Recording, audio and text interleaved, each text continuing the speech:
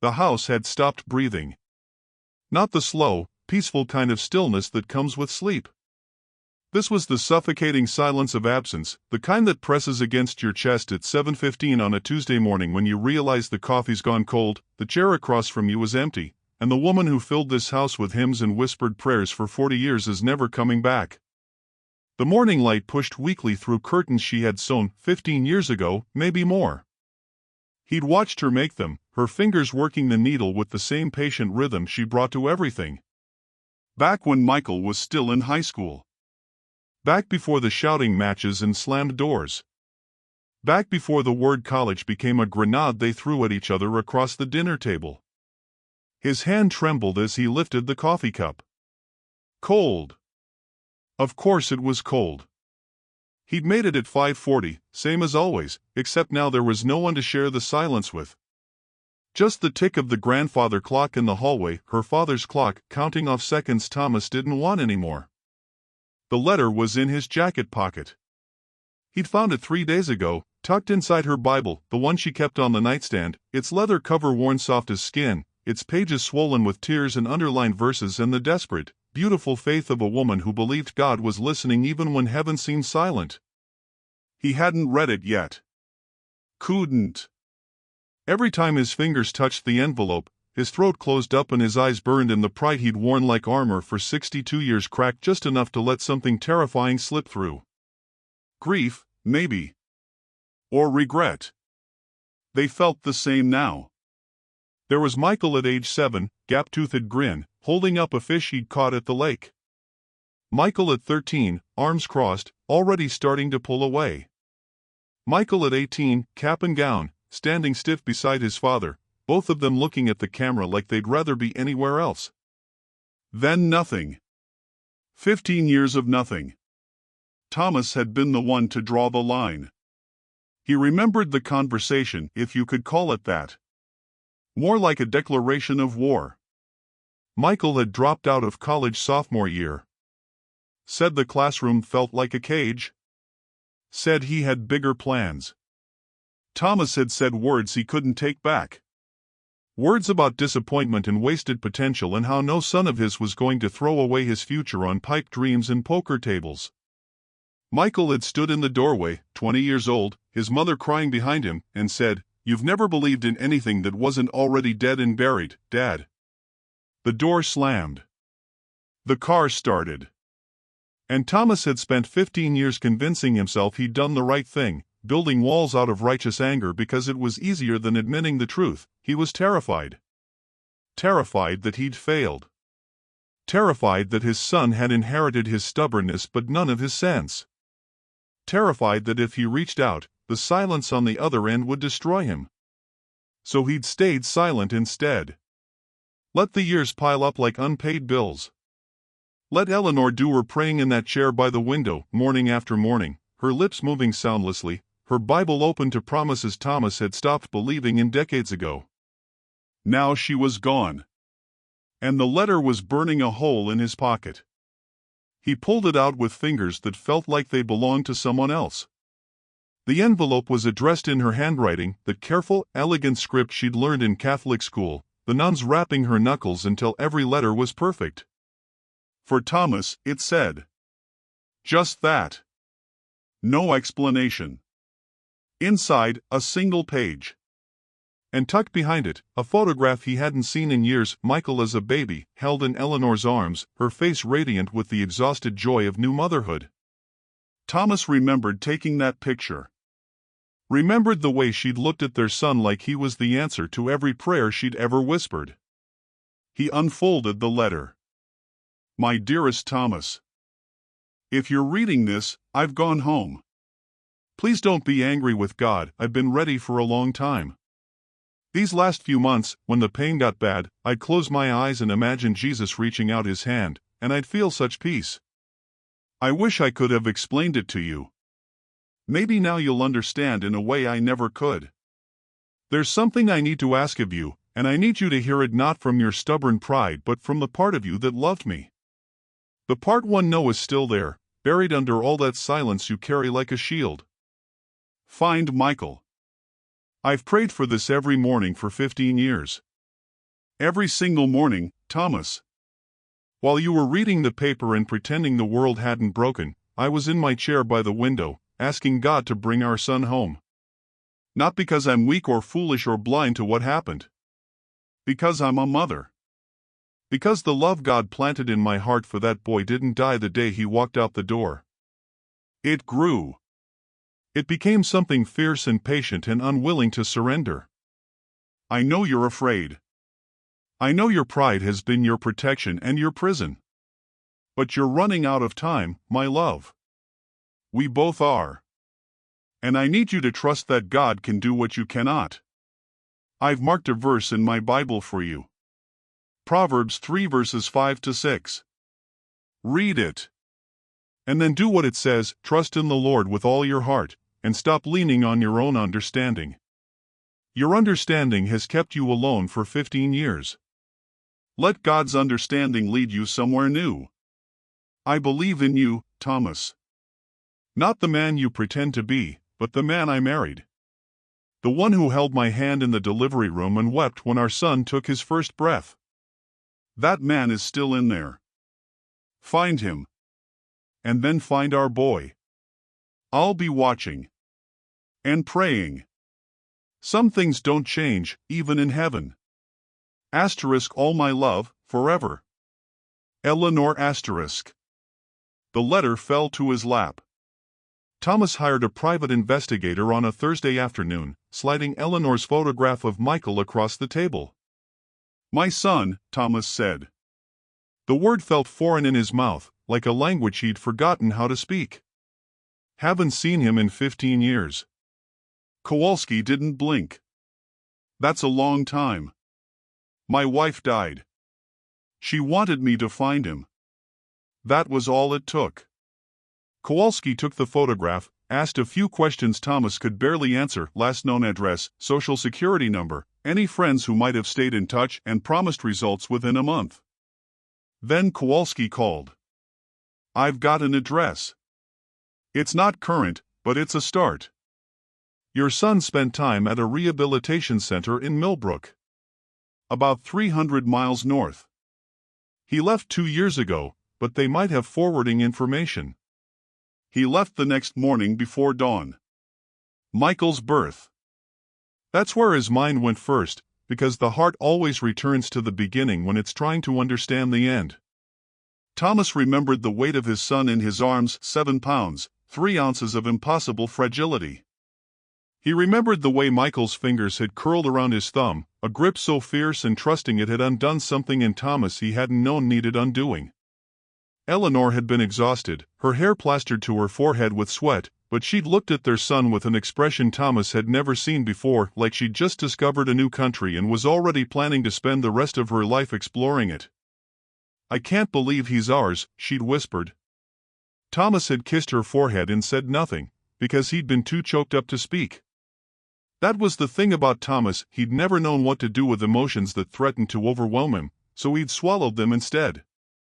Swallowed them and let them harden into something that looked like strength but was really just fear in disguise. The memories came faster now, a flood he couldn't dam. Michael's first steps wobbling across the living room carpet while Eleanor held her breath and Thomas hovered with his arms outstretched, ready to catch. Michael's first day of kindergarten, clutching his lunchbox like a shield, looking back over his shoulder with eyes that said, "Don't leave me here." The teenage years, when something had shifted. Arguments that started over nothing and ended with slammed doors.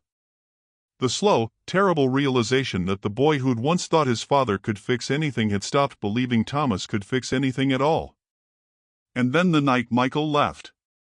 Thomas's grip tightened on the steering wheel.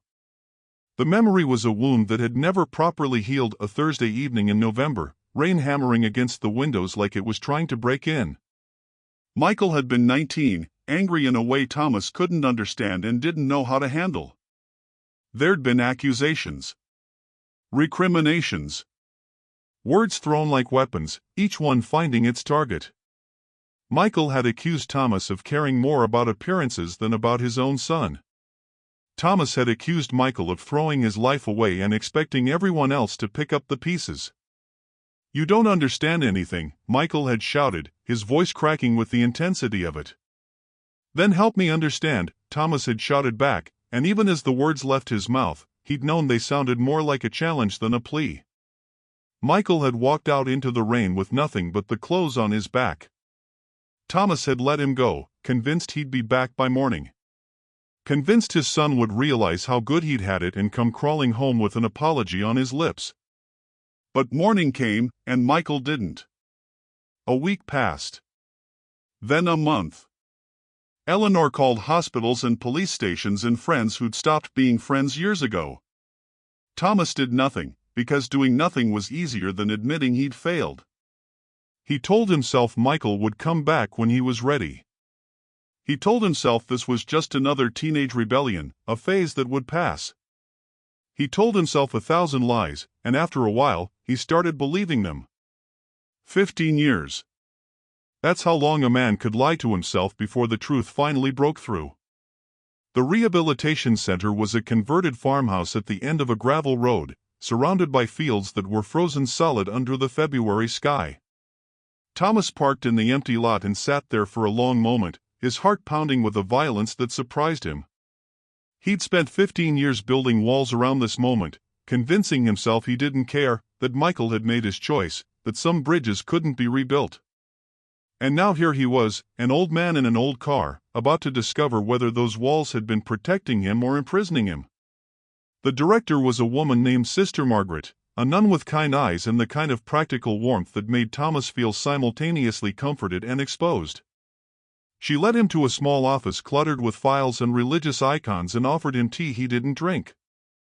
"Michael was with us for 18 months, she said, folding her hands on the desk. "He came to us in very bad shape. Addiction is a cruel master, Mr. Donovan.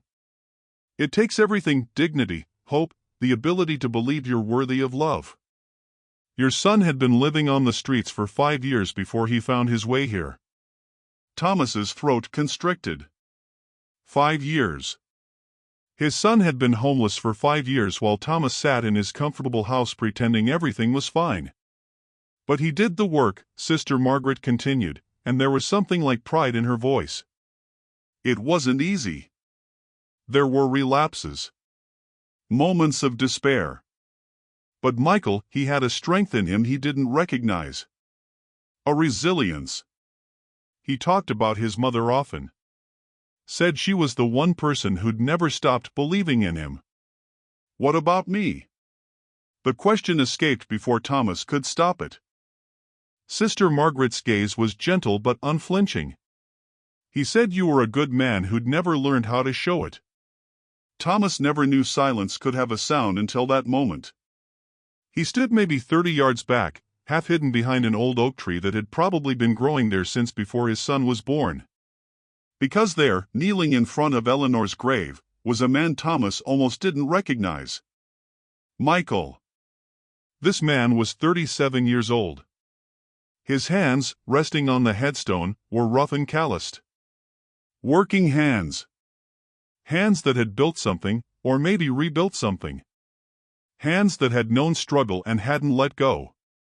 Thomas couldn't hear what Michael was saying at first, and the words reached him clear as church bells on a winter morning. "I don't know if you can hear me, Mom." Michael's voice was rough, the way voices get when they've been used for too many hard conversations. "But I need to say this anyway. I need someone to hear it, even if it's just the wind." He paused, and Thomas watched his son's shoulders shake once, twice, then steady. "I'm sorry." The words came out broken, but not weak. Never weak. "I'm sorry I wasn't there when you got sick. I'm sorry I was too messed up to come to the funeral. I didn't even know until 6 months after, and by then..." He swallowed hard. "By then I figured Dad wouldn't want to see me anyway." Thomas felt something crack open inside his chest. Not break, he'd been broken for years. This was different. This was like getting in through places he'd sealed shut. "Lord," Michael prayed, and his voice shifted, becoming something raw and real and completely unpolished, "I know I don't deserve anything. I know I wasted years. I know I hurt people who loved me. But if you're still listening to guys like me, if you still have room for someone who took 15 years to figure out what matters, please give me a chance to tell my dad I'm sorry. Please let him know I love him. And even if he doesn't want to see me, and I get it, I really do, just give him peace. Give him the peace I took from him. Give him the peace he deserves. Amen. Not a preacher's prayer. Not polished. Not pretty. Just a broken son talking to the only father who'd never left him, asking for something he wasn't sure he had the right to ask for. The silence that followed was the kind that holds its breath. Thomas stepped out from behind the tree. His legs carried him forward before his mind could catch up, before his pride could remind him of all the reasons this was a bad idea, before the walls he'd spent 15 years building could lock him back inside. Gravel crunched under his shoes. Michael didn't turn around. Maybe he thought it was just another mourner passing by, another stranger with their own grief to tend. But then Thomas's hand was on his son's shoulder, and the world stopped. Michael turned. For one eternal second, father and son looked at each other. No words.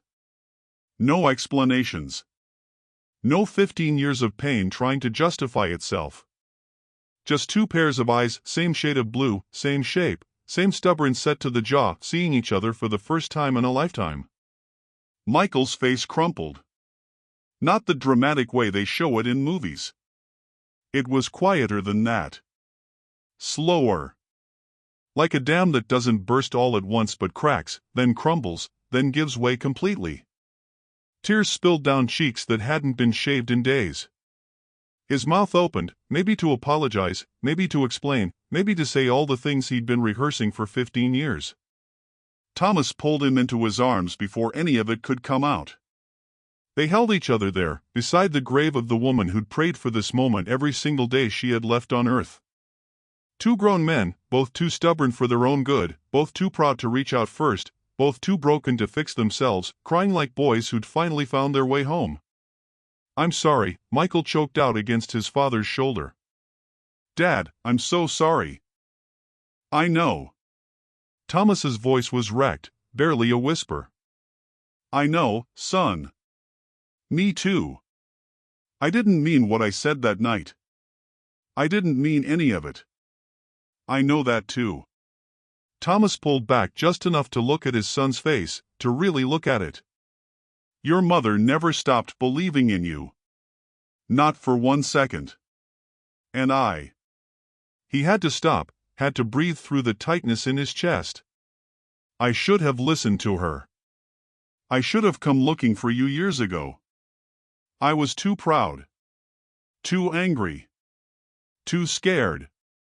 Michael shook his head. It wasn't your fault. It wasn't all yours either.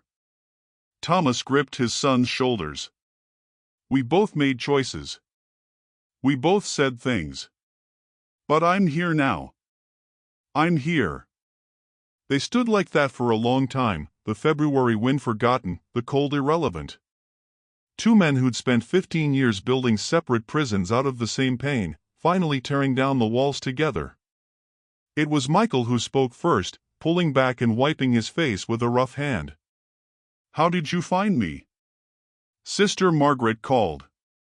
Thomas almost smiled. Almost. Apparently, you made quite an impression at that rehabilitation center. Michael's laugh was watery and surprised, like he'd forgotten he was capable of making the sound. She said she'd pray for me. I didn't think she'd actually track down my father. She didn't have to track me down. I was already looking. Thomas reached into his coat pocket and pulled out the worn photograph, the one Eleanor had kept on her nightstand, the one the private investigator had used to start the search. I hired someone. Took him 3 weeks. You're harder to find than you used to be. I got better at hiding. I got better at looking. They fell into silence again, but it wasn't the heavy silence of before. This was different.